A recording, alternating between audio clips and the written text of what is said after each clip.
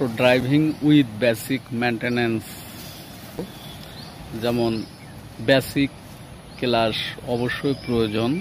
এটা হচ্ছে একটা 12 ভোল্ট ব্যাটারি। কত volt battery? 12 volt. 12 volt battery. ব্যাটারির কাজ কি? গাড়িকে স্টার্ট করা এবং চার্জ বা ভোল্ট জমা রাখা। এটা কার কাজ?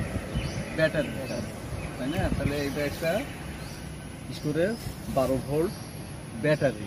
যেমন ব্যাটারির সাথে সংযুক্ত আছে, এগুলোকে বলা হয় ব্যাটারি মাউথ। কি বলা হয়? মাউথ।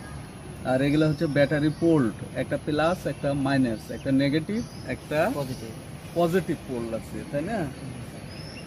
অনেক ক্ষেত্রে রানিং অবস্থায় দেখা যাচ্ছে গাড়ির স্টার্ট বন্ধ হয়ে গেল, হয়তো সেক্ষেত্রে ব্যাটারির কানেকশন লুজের কারণে বন্ধ হয়ে যেতে পারে।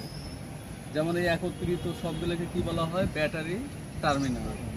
বা ব্যাটারি ফিউজ আছে, হয়তো ফিউজও কেটে যেতে পারে, সেক্ষেত্রে গাড়ি স্টার্ট বন্ধ হয়ে যেতে পারে, তাই না? ব্যাটারি হচ্ছে একটা গুরুত্বপূর্ণ অংশ। কিসের অংশ? গাড়ির একটা গুরুত্বপূর্ণ অংশ ব্যাটারি।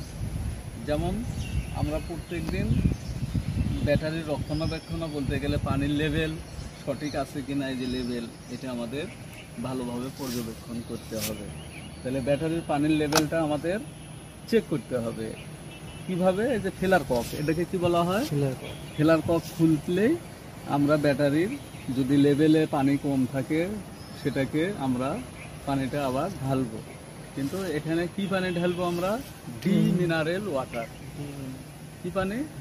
ডি মিনারেল ওয়াটার আমরা ব্যাটারিতে ঢালবো। হ্যাঁ।